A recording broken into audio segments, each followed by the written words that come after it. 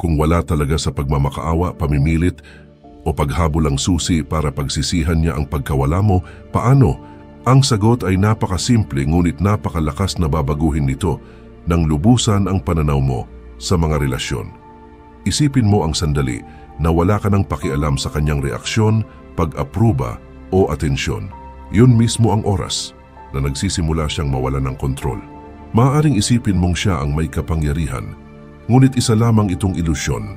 Ang tanging paraan para maramdaman niya ang gusto mong maramdaman niya ay ang itigil ang pagbibigay sa kanya ng inaasahan niya. Tigilan mo ang emosyonal na pagdepende at makikita mo ang pagbabago ng lahat.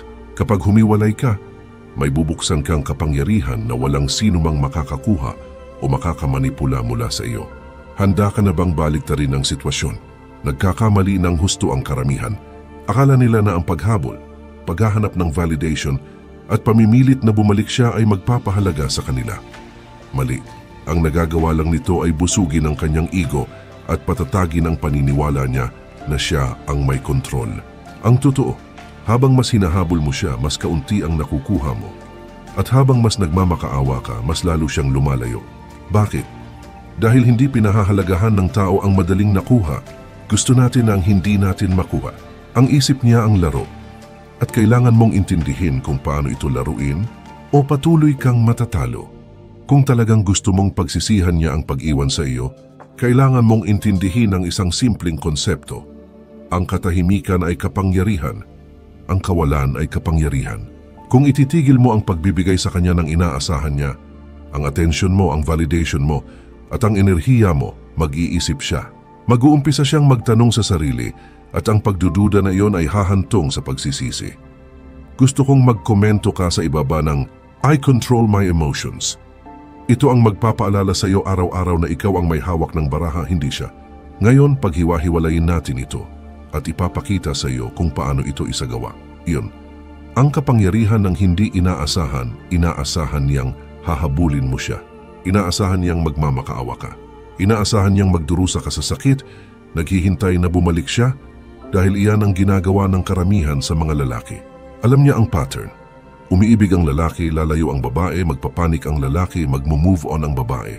Alam niyang tatawag ka, alam niyang magte-text ka, at alam niyang titingnan mo ang telepono mo ng 2:00 ng madaling araw, nag-iisip kung ano ang mali mong nagawa at naghahanap ng paraan para ayusin ito. Pero hindi mo napapansin ang pinakamabigat na katotohanan sa lahat. Ayaw niyang ayusin. Gusto niyang may maramdaman at sa ngayon wala siyang nararamdaman para sa iyo. Hindi ka na lumilikha ng excitement, misteryo o hamon. Nahuhulaan ka at ang pagiging predictable ay kamatayan sa atraksyon ng isang babae. Wala siyang dahilan para magsisi, walang dahilan para mamiss ka, at walang dahilan para pagdudahan ang desisyon niya dahil ginagawa mo itong madali para sa kanya. Siya ay sumusulong habang ikaw ay nakaupo sa nakaraan. Namumuhay siya ng masaya habang ikaw ay nag-iispiya sa kanya online, tinitingnan kung kailan siya huling active at inaanalisa ang bawat misteryosong post niya. Akala mo ay inaalam mo ang mga bagay-bagay. Ngunit sa totoo lang, pinapakain mo ang eksaktong narrative na inaasahan niya. Ang sitwasyong siya ang premyo at ikaw ang desperadong hangal na nawalan sa kanya. Iyan mismo ang dahilan kung bakit kailangan mong baligtarin ang buong laro. Inaasahan niyang hahabulin mo, kaya huwag. Inaasahan niyang magpapakita ka, kaya maglaho ka. Inaasahan niyang magiging wasak ka, emosyonal at maghahanap ng mga sagot, kaya umangat ka sa sitwasyon. Sa sandaling tumanggi kang maglaro sa mga patakaran niya. Sa sandaling tumigil ka sa paghabol, pagreaksyon, at pagpapahintulot sa kanya na idikta ang iyong damdamin, mararamdaman niya ang isang bagay na hindi niya pinaghandaan, kawalan ng katiyakan. Ang kawalan ng katiyakan ang pinakamakapangyarihang emosyon na maaari mong likhain sa isip niya. Ang pinakamalaking takot ng isang babae ay hindi ang pagiging single. Ito ay ang pagkatanto na mali ang pagkalkula niya sa halaga ng isang lalaki at iyan ang dapat mong iparamdam sa kanya. Dapat kang maging ang lalaki na masyado siyang bulag para makita noon ang lalaking hindi siya kailangan. Ang lalaking hindi naghihintay sa kanya para magdesisyon kung ano ang gusto niya. Dapat kang maging ang lalaking unang umaalis nang hindi lumingon. Yan ang klase ng lalaki na pinagsisisihan niyang nawala. Hindi ang nagpapadala ng mahahabang paragraph tungkol sa kanyang nararamdaman, hindi ang nagtatangkang magpaselos sa kanya sa social media games, at hindi ang naghihintay sa kanya tulad ng isang lost puppy. Ito ang naglaho na parang bula, na parang hindi niya kailangan siya kailanman. Kunin muli ang iyong halaga, huwag mo itong bigyang kahulugan ng mali. Hindi ito tungkol sa pagbabalik niya. Ito ay tungkol sa pagkuha ng iyong kapangyarihan at pag-unawa sa iyong halaga. Huwag mong hayaan ang sarili mo na maging emotional safety net ng isang babae muli. Kung hindi mo ito matutunan ngayon, uulitin mo ang parehong cycle ng paulit-ulit. Nawawalan ng oras, enerhiya at self-respect. Kailangan mong itigil ang pagpapahintulot sa mga babae na idikta ang iyong halaga. Itigil ang pag-iisip na may nawala sa iyo noong umalis siya. Siya ang nawalan sa iyo. Sa sandaling isapuso mo iyan, panalo ka. Hindi dahil bumalik siya, kundi dahil sa wakas ay nauunawaan mo na kung paano gumagana ang laro. Hindi ka na ang naghahabol, ikaw na ang hinahabol. Hindi mo na sinusubukan na kumbinsihin siya sa halaga mo. Ikaw na ang nagpapasya kung karapat-dapat ba siya sa oras mo. Gusto mo bang malaman kung paano mo siya pagsisihan sa pagkawala mo? Maging isang lalaki na hindi na niya makukuha muli. Ibig sabihin ay itigil ang lahat ng kontak. Tigilan ang panunood sa kanyang mga stories, tigilan ang pag-like sa kanyang mga post, at tigilan ang pananatili sa kanyang anino. Ihiwalay mo siya ng lubusan sa iyong buhay. Hindi bilang isang taktika, kundi bilang isang pangangailangan.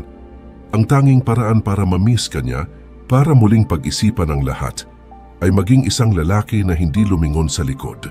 Ibig sabihin ay walang mensahe, walang closure talk at walang huling salita. Katahimikan lang, narito ang mangyayari. Mapapansin niya ang kawalan mo. Sa simula, maaari siyang kumilos na parang wala siyang pakialam. Maaari siyang magpatuloy sa pag-post ng mga larawan, paglabas at pagpapanggap na perpekto ang buhay. Ngunit sa loob may magbabago. Inaasahan niyang maging mahina ka at hahabol. Ngayon nahaharap siya sa isang realidad na hindi niya kailanman inisip. Talagang nag-move on ka. Maaaring hindi niya ito aminin o ipakita, ngunit mararamdaman niya ito. Kapag pumasok ang pagdududa na iyon, magsisimula ang kanyang pagsisisi. Ito ang psikolohikal na kapangyarihan ng katahimikan. Ang katahimikan mo ay naguudyok ng pagsisisi dahil ang utak ng tao ay nakakabit upang maghangad ng hindi nito makuha. Kapag laging magagamit ang isang bagay, binabaliwala natin ito. Ngunit sa sandaling tuluyan itong nawala, nagsisimulang mag-obses ang isip dito at sinisimulan nating maramdaman ang bigat ng kawalan nito. Ito mismo ang dahilan kung bakit ang katahimikan mo ang pinakamakapangyarihan mong sandata.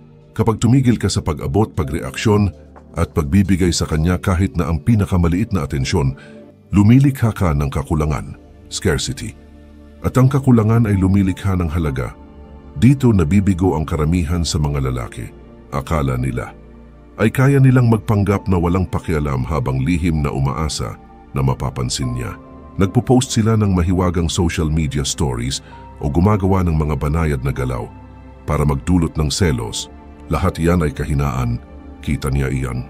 Kung may ginagawa ka na ang layunin ay makuha ang atensyon niya, talo ka na. Hindi ka nagpapatahimik para mamiss ka niya, nagpapatahimik ka dahil hindi na siya karapat-dapat na makakuha ng akses sa iyo. Nagpapatahimik ka dahil may mas mahusay kang gagawin kaysa maglaro ng emosyonal na laro sa isang babaeng umalis. Kapag nag-ooperate ka mula sa mindset na ito, talagang magmo-move on ka. At kapag nag-move on ka, nagiging ikaw ang lalaking inakala niyang madali niyang mapapalitan, ngunit hindi talaga. Sa simula, hindi siya magre-reaksyon. Iisipin niyang nagpapahinga ka lang. Iisipin niyang bibigay ka rin sa huli at babalik na gumagapang tulad ng bawat lalaki bago ka. Ngunit pagkatapos ang mga araw ay magiging linggo at hindi ka pa rin nagpapakita o nagtatanong. Iyon ang oras na magsisimulang gumuho ang kanyang kumpiyansa.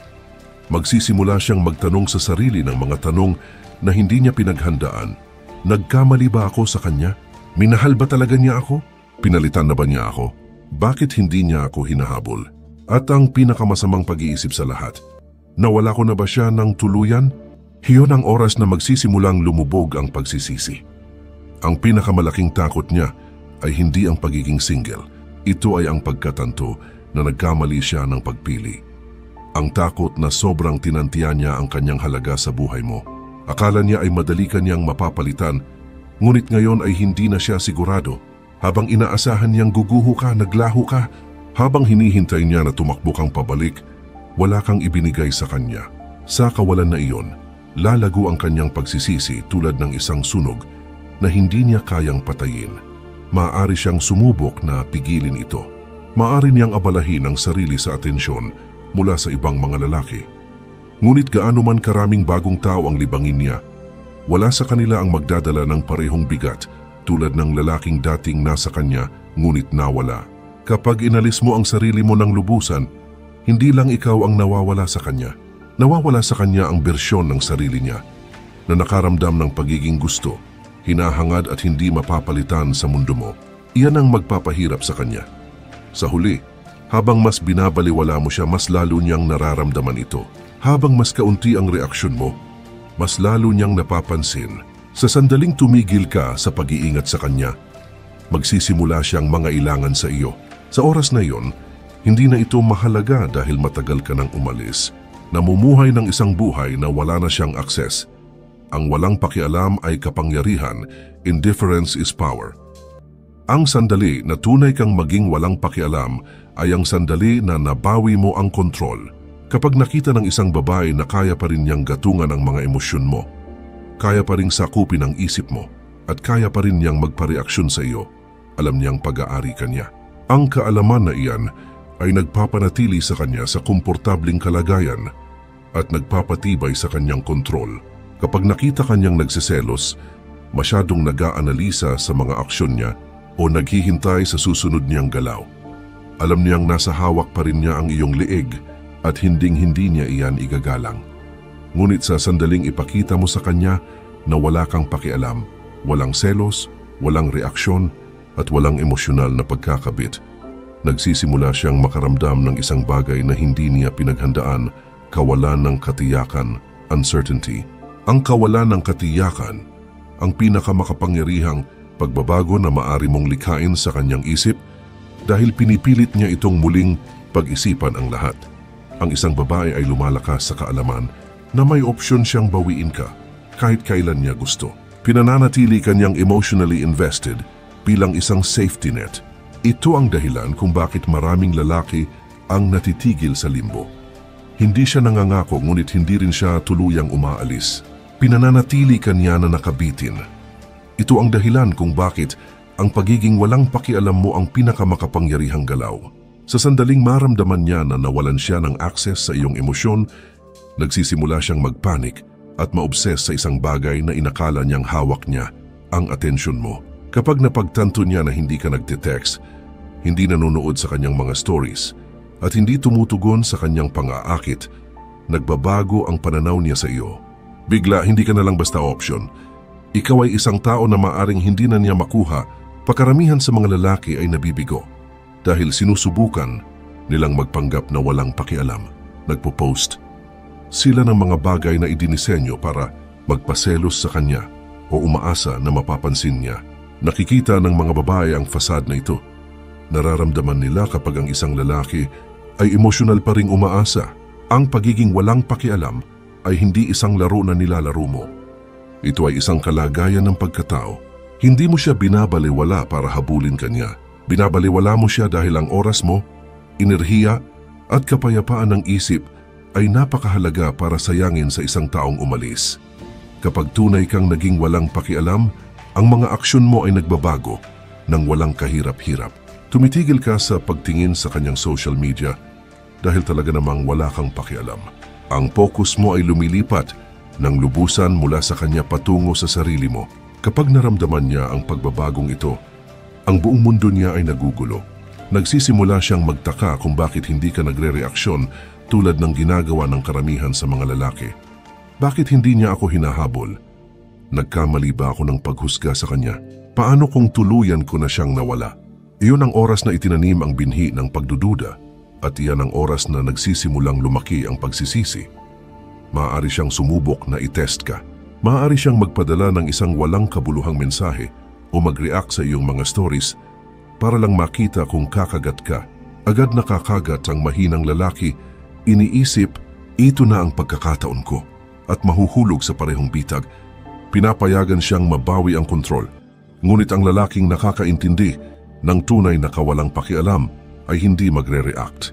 Hindi niya lilibangin ang posibilidad ng paglalaro sa kanyang laro dahil ang focus niya ay nasa sarili niya. Hindi niya kailangang patunayan ang anuman sa kanya. Alam niyang mararamdaman niya ang halaga mo sa iyong kawalan. Ang kawalang pakialam ay nangangahulugan lamang na hindi mo na siya inilalagay sa sentro ng iyong mundo. Nangangahulugan ito na lumalakad ka palayo ng walang pag-aalinlangan. At nang hindi nangangailangan ng closure dahil ang closure ay isang palusot para sa mga lalaking gusto pa ring kumapit sa pag-asa. Hindi niya pinagsisisihan ang lalaking naghahabol o ang lalaking nagmamakaawa. Pinagsisisihan niya ang lalaking naglaho. Ang lalaking inakala niyang laging nandyan, ngunit biglang wala. Ang lalaking hindi nakipaglaban para sa kanya dahil napagtanto niyang hindi siya sulit na paglabanan. Iyan ang lalaking pinagsisisihan niyang nawala. Ang lalaking naging hindi maabot, isang paano kung na hindi na niya mababalikan. Pagdating ng panahon na napagtanto niya iyon, wala ka nang pakialam. Matagal ka nang umalis, nakatuon sa iyong mga layunin, iyong misyon at iyong buhay. Ikaw ay umuunlad habang siya ay nakaupo doon. Nagtataka kung paano kanya pinayagan na mawala sa kanyang mga kamay. Inaasahan niyang kailangan mo siya at magkakawatak-watak ka nang wala siya. Patunayan mo siyang mali. Ipakita mo sa kanya na hindi mo siya kailangan sa simula pa lang at na ang kawalan niya ay nagtulak sa iyo sa mas malaking tagumpay. Iyan ang pinakamataas na power move. Yan ang paraan kung paano mo pagsisihan ng isang babae sa pagkawala mo ng hindi nagsasalita ng isang salita. Tigilan mo ang pagbibigay sa kanya ng kasiyahan na malaman na sinasakop pa rin niya ang espasyo sa iyong isip. Wala kang ibigay sa kanya dahil sa iyong kawalan mararamdaman niya ang lahat. 4. Ititest ka niya. Itutulak niya ang mga limitasyon mo at maghahagis ng maliliit na pang-akit, bitag at mind games para makita kung may kontrol pa rin siya sa iyo. Kung mag-fail ka, kung magre-react ka, kung hahabol ka, kung ibibigay mo sa kanya ang sagot na hinahanap niya, tapos ka. Babalik ka sa simula, sa posisyon ng mahina. Desperadong lalaki na inakala niyang madali niyang mapapalitan. Hindi ito ginagawa ng mga babae ng may kamalayan. Nakatanim ito sa kanilang sikolohiya.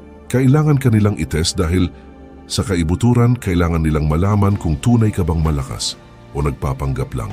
Kailangan nilang makita kung talagang hindi ka maabot tulad ng sinasabi mo dahil kung mahina ka, emosyonal na walang stabilidad o nananatili pa rin sa nakaraan, wala kang silbi sa kanya.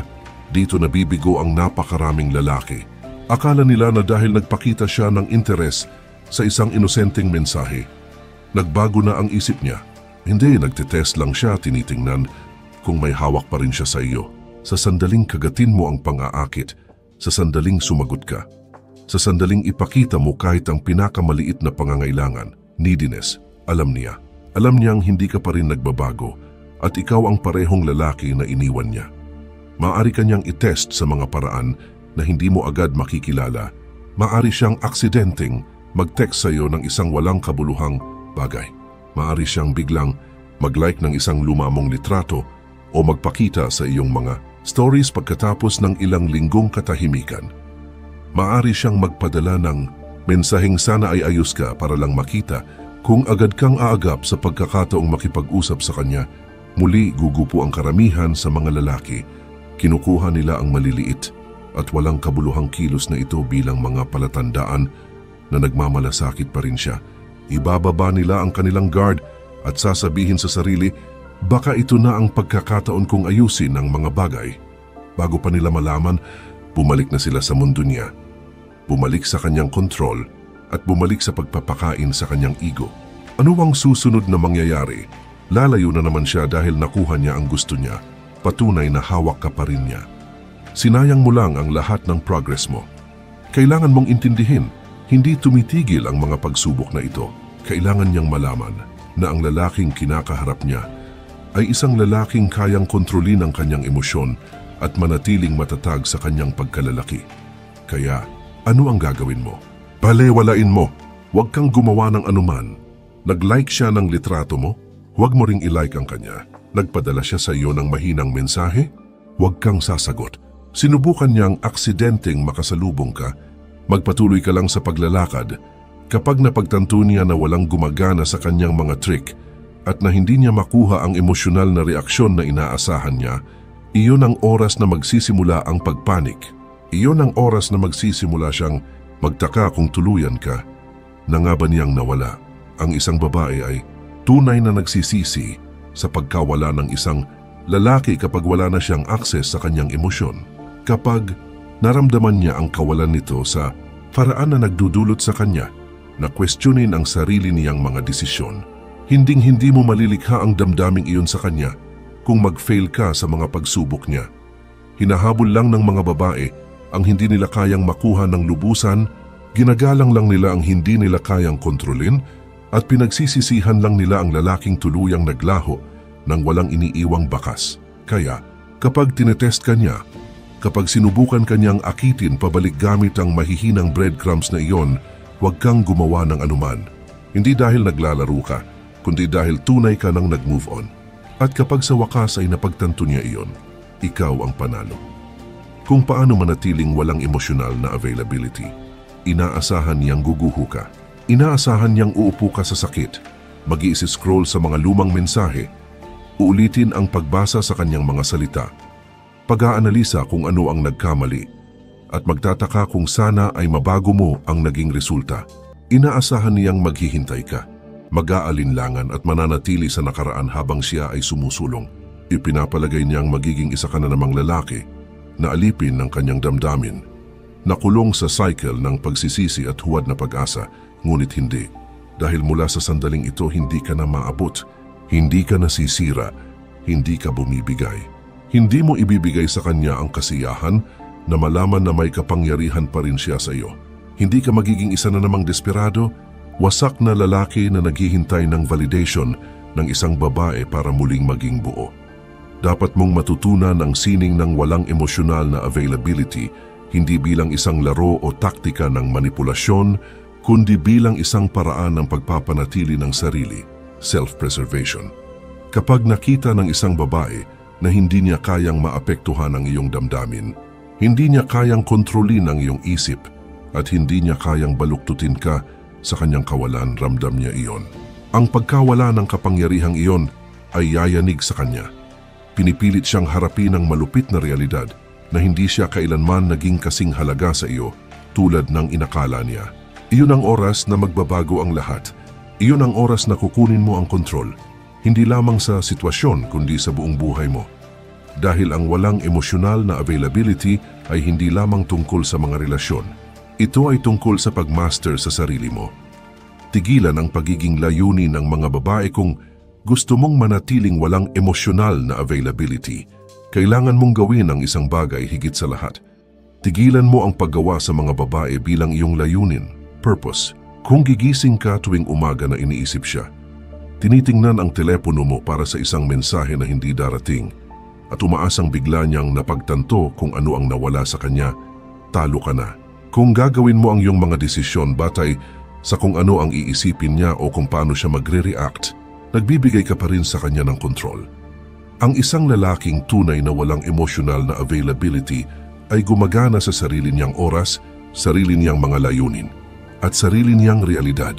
Ang isip niya ay okupado sa paglago, kapangyarihan, purpose at dominasyon sa sarili niyang buhay. Hindi siya nakaupo at naghihintay sa isang babae na magdidikta sa kanyang emosyonal na kalagayan. Siya mismo ang nagdidikta nito. Kapag nakita ng isang babae na hindi na siya ang sentro ng iyong universo, nagsisimula siyang maramdaman ang kawalan. Ang kawalan ng kaalaman na may access siya sa isang lalaki na ngayon ay ganap ng hindi maabot, ang kawalan ng pagkaunawa na nagkamali siya sa kalkulasyon, ang kawalan ng kaalaman na wala ka ng pakialam, wala ka ng hinahangad, at wala ka ng hinahanap. Dapat kang maging walang awa sa iyong paghihiwalay, detachment. Kung magpapakita siya, kung maghahagis siya ng mga breadcrumbs o kung susubukan niyang pukawin ang damdamin sa loob mo, baliwalain mo ang lahat. Hindi dahil sinusubukan mong manalo, kundi dahil hindi na siya mahalaga. Kapag ang isang lalaki ay ganap na nakapaghiwalay, kapag kaya niyang umalis ng walang pag-aalinlangan, nang hindi lumingon at nang hindi nangangailangan ng closure, siya ang nagiging lalaking pinagsisisihan niyang nawala ng tuluyan. Maging hindi maabot, untouchable, ang mga babae ay gumagalang lamang sa mga lalaking isang misteryo, sa sandaling maunawaan ka niya, sa sandaling alam niya ang bawat galaw mo. Nagiging nahuhulaan ka, nakakabagot at napapalitan. Kailangan niyang maramdaman ang kawalan ng katiyakan, ang kakulangan ng access, at ang kawalan ng kakayahan na kontrolin ka. Kailangan niyang manatili sa kakulangan ng ginhawa ng pagtataka kung bakit wala kang pakialam, kung bakit hindi ka apektado, at kung bakit hindi ka tumatakbo pabalik sa kanya tulad ng inaasahan niya. Nabibigo ang karamihan sa mga lalaki dito dahil hindi sila tunay na nagmo-move on. Nagpapanggap silang walang pakialam, ngunit inilalabas sila ng kanilang mga aksyon. Pinapanood pa rin nila ang kanyang mga stories, tinitingnan pa rin ang kanyang online status, at naghihintay pa rin sa araw na babalik siya at nararamdaman niya iyon. Alam niya kung kailan ang isang lalaki ay tunay na umalis at kung kailan ang isang lalaki ay nagpapanggap lang. Hindi ka lang umaarte na walang emosyonal na availability. Nagiging iyon ka. Binabago mo ang iyong isip upang tigilan ang paglalagay ng halaga sa kanyang atensyon, kanyang mga salita at kanyang presensya. Sinasanay mo ang sarili mo na gumising araw-araw na may misyon na mas malaki kaysa sa kanya. Bumubuo ka ng isang buhay na napakalakas, napakamagnetic, at hindi madaig na kahit na magmakaawa pa siyang bumalik, hindi ka man lang kukurap.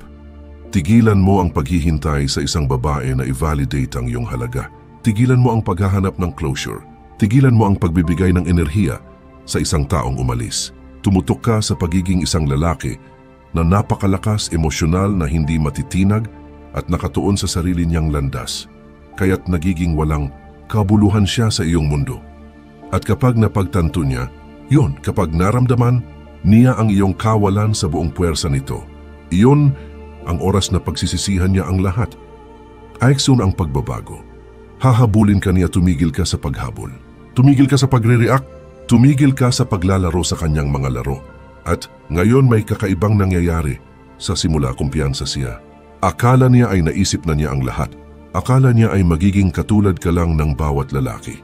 Madaling palitan, madaling kontrolin, at madaling kalimutan. Ngunit ngayon, nagsisimula siyang questionin ang lahat.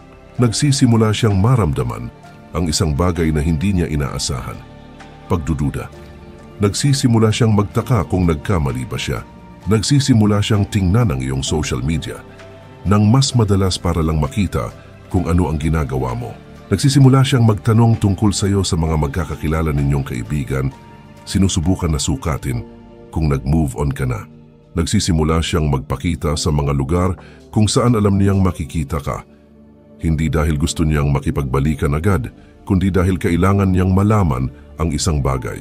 Kailangan niyang malaman kung nagmamalasakit ka pa rin. Kailangan niyang malaman kung opsyon ka pa rin dahil kung hindi nagbabago ang lahat. At dito muling nabibigo ang karamihan sa mga lalaki. Sa sandaling makita nila siyang bumabalik, sa sandaling makita nila siyang nagpapakita ng anumang uri ng interes, agad silang tumatalon sa pagkakataon.